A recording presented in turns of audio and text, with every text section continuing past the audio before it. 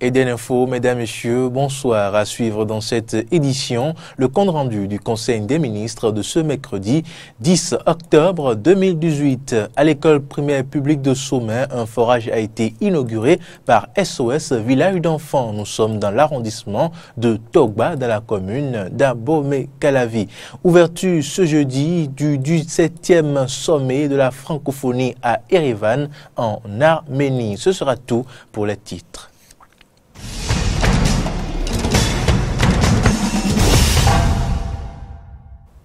Bienvenue si vous venez de nous rejoindre. Le Conseil des ministres s'est réuni ce mercredi sous la présence effective du chef de l'État, Patrice Talon. Plusieurs dossiers ont été abordés. En voici un extrait avec le ministre de la Justice.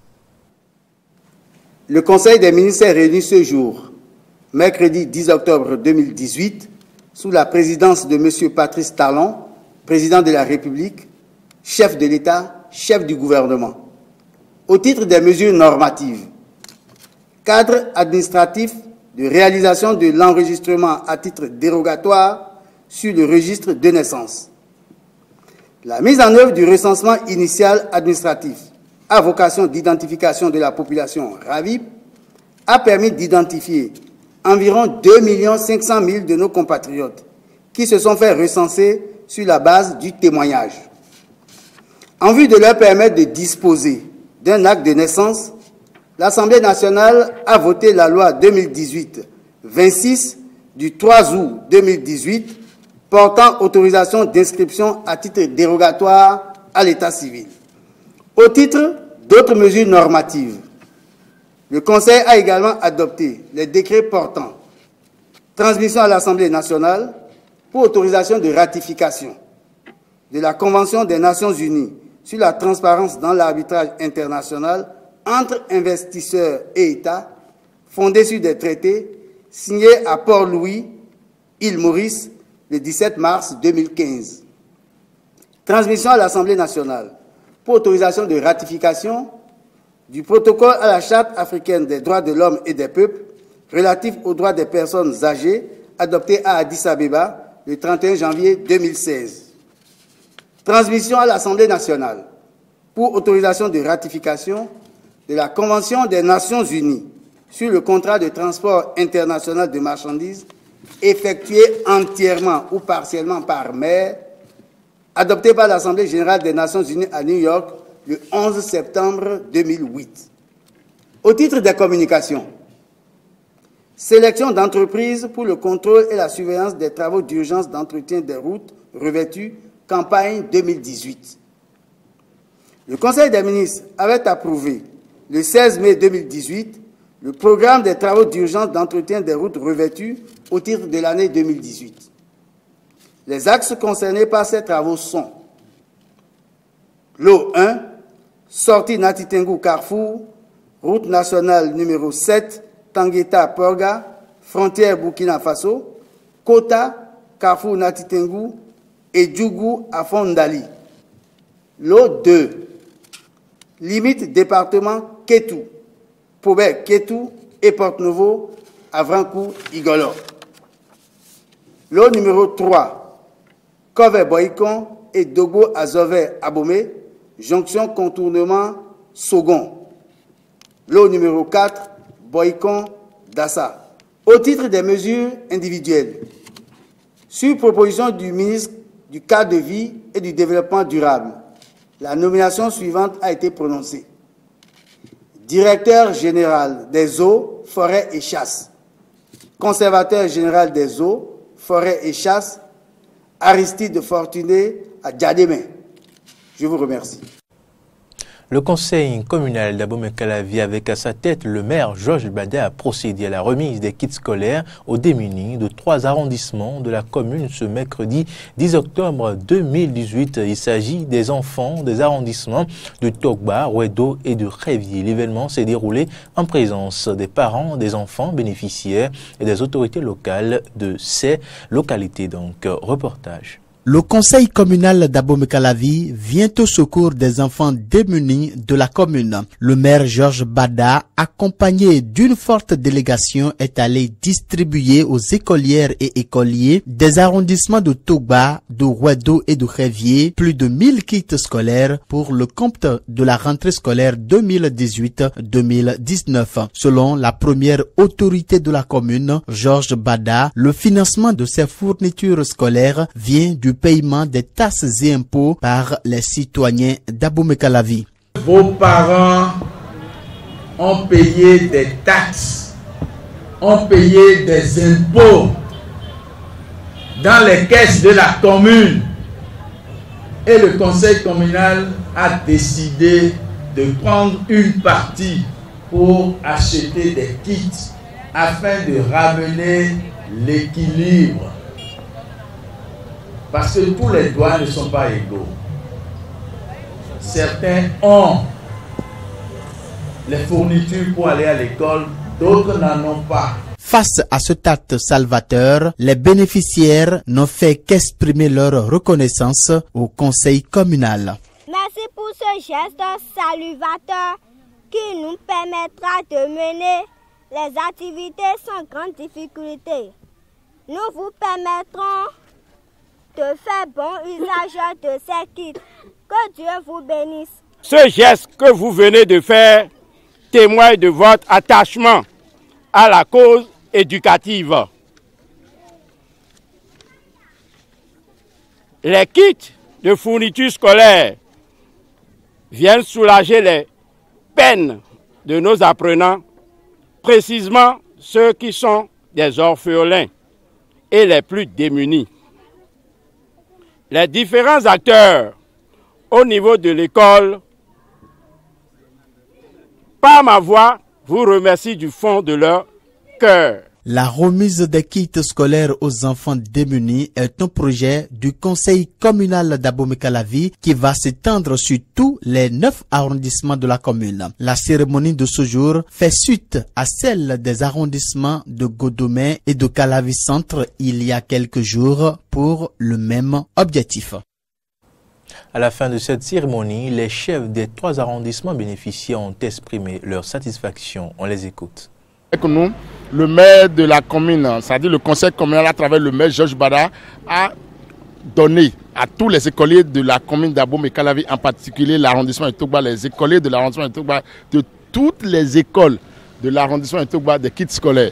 Donc vous pouvez constater avec nous à l'arrondissement, les écoliers sont en train de prendre leurs kits. Donc nous profitons de l'occasion pour féliciter le maire Georges Bada pour tout ce qu'il est en train de faire pour la commune d'Abomey-Calavi. C'est un geste salutaire que le conseil communal vient de faire à l'endroit de nos apprenants démunis de l'arrondissement de notre cher arrondissement, je veux dire. Et nous devons veiller sur le contrôle de cette gestion afin que l'ayant droit puisse rentrer en possession de ce kit. Parce que c'est de ça qu'il s'agit. Si le conseil communal en a décidé, c'est pour que ça aille à la destination. Et nous allons veiller sur ça pour que ça aille vraiment à la destination. Je voudrais dire mes sincères remerciements au maire de la commune d'Abomey-Calavi qui a initié ce que vous venez de constater. C'est lui qui a, au nom du conseil communal d'Abomey-Calavi, décidé d'aller en aide aux enfants démunis de la commune d'Abomey-Calavi. C'est au bon bonheur de nos populations qui trouvent par là une satisfaction. Parce que vous savez, les enfants sont l'avenir de notre pays. L'avenir, c'est eux. Donc il faut les encourager à avoir une éducation de qualité, à avoir les outils nécessaires pour aller en classe. SOS Village d'enfants, avec l'appui de l'ambassade des États-Unis, près le Bénin, a procédé à l'inauguration d'un forage à l'école primaire publique de Somain dans l'arrondissement de Togba. C'était toujours ce mercredi 10 octobre 2018 en présence des donateurs et des autorités de la commune d'Abomey-Calavi. L'eau, source de vie, coule désormais au complexe scolaire de Sommet dans l'arrondissement de Togba, commune d'Abomey-Calavi. Ceci grâce à la générosité des autorités du SOS Village d'enfants avec l'appui de l'ambassade des États-Unis près le Bénin. La cérémonie de mise en service de ce forage a eu lieu ce mercredi 10 octobre 2018 en présence des donateurs, des autorités de la commune d'Abomey-Calavi, des parents d'élèves et des enfants bénéficiaires. En croire les donateurs, cette infrastructure hydraulique vient améliorer les conditions de vie des enfants dans les écoles. Grâce à ce projet, les enfants de cette école vont dormir, avoir accès à l'eau potable. Mesdames et messieurs, l'accès à l'eau potable figure au cours des objectifs des millénaires pour le développement OMD. Il a été également reconnu comme un droit fondamental de l'être humain par l'Organisation des Nations Unies. Ces réalisations impacteront plus de 3260 élèves dans toutes ces écoles et contribueront à l'amélioration de leurs conditions de vie dans les écoles et partant de leur performance scolaire, puis réduiront enfin l'abandon scolaire des enfants. D'un coût global de 6 462 288 francs CFA, ce projet prend en compte 8 écoles maternelles et primaires de la commune d'Abomey-Calavi. Face à cet élan de générosité, le maire Georges Bada a exprimé toute sa reconnaissance au nom des bénéficiaires à l'endroit des donateurs. C'est avec joie que je suis ici, avec la délégation qui m'a suivi, pour dire également dans notre commune d'Abomey-Calavi, merci à ce que ne cesse de faire pour nous SOS Enfants dans tout ce qu'il rapporte dans notre commune et également la coopération bénino-américaine. L'ambassade du Bénin, ce n'est pas la première fois que dans notre commune, nous assistons à des réalisations, ma foi, des réalisations concrètes. Précisons qu'en plus des forages, ces 8 écoles concernées bénéficieront d'un raccordement à la Société nationale des eaux du Bénin, SONEB. Ce projet est un fruit du partenariat entre le Bénin et les États-Unis de l'Amérique. Toujours à Abomey-Calavi, depuis quelques jours, le fichier électoral national est disponible et affiché dans les centres de vote. Les citoyens y sont invités pour vérifier les informations et renseignements fournis lors de l'enrôlement et de faire les remarques et suggestions éventuelles à leur chef quartier. Suivant le constat dans quelques centres d'affichage à Abomey-Calavi. Le processus d'actualisation du fichier électoral pour le compte des prochaines législatives est enclenché depuis quelques jours, et ceci sur toute l'étendue du territoire national. Du coup, dans les points ayant souvent servi de bureau de vote, la liste électorale est affichée pour permettre aux populations de la consulter en vue d'éventuelles corrections. Un peu partout dans ces centres, comme d'ailleurs dans la commune d'Abomey-Calavi, ces listes sont laissées à la merci des intempéries. Toutes choses qui, selon les autorités locales, n'entravent pas pour autant le processus. Il est vrai que ces listes sont livrées aux intempéries. Cela ne veut pas dire que ça va empêcher le bon déroulement des opérations, puisque le COS-LEPI même a pris des dispositions déjà et que ces listes étaient tirées en double. Il y a une partie qui est affichée, une autre qui est restée avec les chefs du village pour pouvoir faire les contrôles quand les gens vont venir, ils vont ne pas ceux qui n'auront pas pu retrouver leur liste sur les pages qui sont déchirées et autres, viendront chez les chefs du village pour vérifier s'ils sont réellement prises en compte. Outre le fait que ces listes sont laissées à la merci de la pluie, du vent et autres, la communication autour de l'affichage semble ne pas être prise en compte. Ce qui fait que tout au long de notre parcours pour constater cet affichage, il est difficile de rencontrer des personnes consultant la liste. Je ne savais pas qu'ils ont affiché la liste, je ne savais pas. Donc je passais et je vous ai vu. Donc c'est pour ça que je me suis rapproché de votre collègue pour demander si c'est la liste. Et il m'a dit que c'est la liste. Donc après avoir consulté, j'ai vu que je n'ai pas retrouvé mon nom et c'est encore en désordre. Donc ça va être un peu difficile pour mes frères et mes mamans et mes papas à vite se retrouver. Toute chose qui est pourtant bien prise en compte, à en croire Apollinaire Toudonou Hungé. Les canaux que nous devrons utiliser pour informer la population, et nous les utilisons, et en l'occurrence nos chefs du village, nos élus locaux, ils essayent de pouvoir sensibiliser, informer par le crier public pour que nous puissions avoir un bon résultat à Kassato dans cette opération. Rappelons que selon le calendrier, cette étape d'affichage court du 1er au 23 octobre 2018. Direction le département du Mono, la deuxième et dernière session du Conseil départemental de concertation et de coordination dans le département du Mono s'est tenue ce mardi 9 octobre 2018 à la salle de conférence de la préfecture de Lokossa. Cette rencontre statutaire entre le préfet, les maires et leurs adjoints, plusieurs sujets ont été abordés à l'instar de l'effectivité de la rentrée scolaire dans ce département. Le point de cette séance, c'est bien évidemment avec Jonas Bouchi. L'éducation a été l'un des sujets majeurs débattus à cette deuxième rencontre statutaire entre le préfet du Mono, les maires des communes du département et leurs adjoints. Des 7 points inscrits à l'ordre du jour, on peut retenir entre autres le point de l'effectivité de la rentrée scolaire 2018-2019 dans le département du Mono, les rôles et responsabilités du préfet et des élus dans la protection des frontières, sans oublier les échanges avec les élus sur le respect du manuel de procédure du Fonds d'appui au développement des communes, FADEC.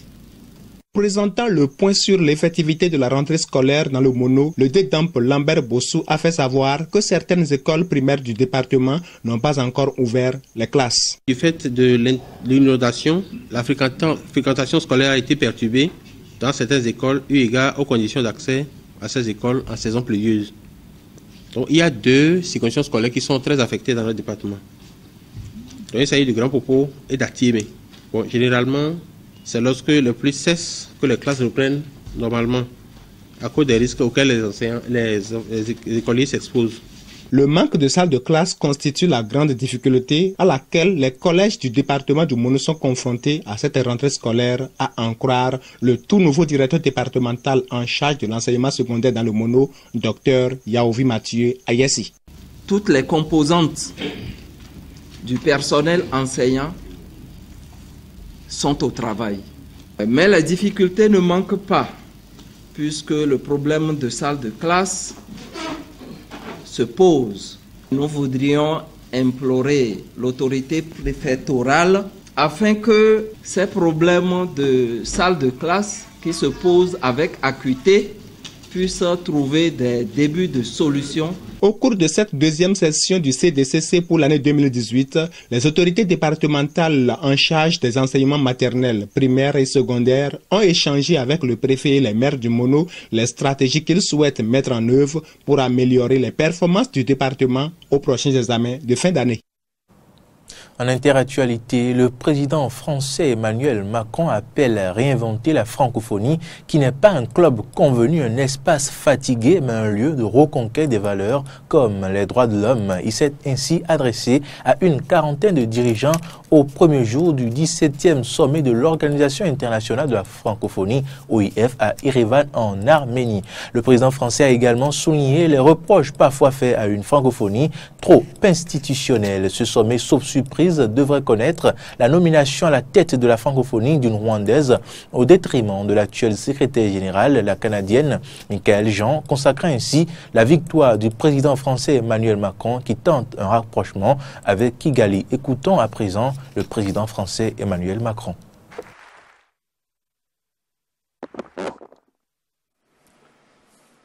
Monsieur le Premier ministre, Mesdames et Messieurs les chefs d'État et de gouvernement, le premier combat de la francophonie dans les années à venir, c'est la jeunesse, et tout particulièrement la jeunesse en Afrique. Et la francophonie a un combat à y livrer. Le combat pour déployer notre langue, nos langues, mais c'est aussi le combat de nos valeurs partout en Afrique, celui que portent courageusement les chefs d'État et de gouvernement qui sont ici assis à nos côtés. Le combat contre l'obscurantisme, le combat contre les mariages forcés, le combat contre l'oppression faite aux femmes, le combat contre le recul de l'éducation, en particulier des jeunes filles. Notre organisation doit aussi se préoccuper de la place du français hors du monde francophone. Elle doit faire campagne, à l'UNESCO notamment, en faveur de l'enseignement obligatoire de 2 langues étrangères. Cela profitera au français, qui est la 2e langue la plus enseignée après l'anglais dans le monde, et naturellement au plurilinguisme. Mais ce que nous devons bâtir ensemble à cet égard, c'est bien un agenda de conquête ou de reconquête pour la francophonie. Dans les sommets internationaux, pour beaucoup d'entre nous, souvent en anglais. L'anglais s'est imposé, comme quelques autres langues, selon les régions, comme une langue d'échange très forte. Mais l'anglais est devenu une langue d'usage, je dirais, de consommation. Notre langue, le français, l'est tout autant, et nous devons faire davantage. Mais c'est une langue de création. Fin de ce journal. Merci de l'avoir suivi. À bientôt.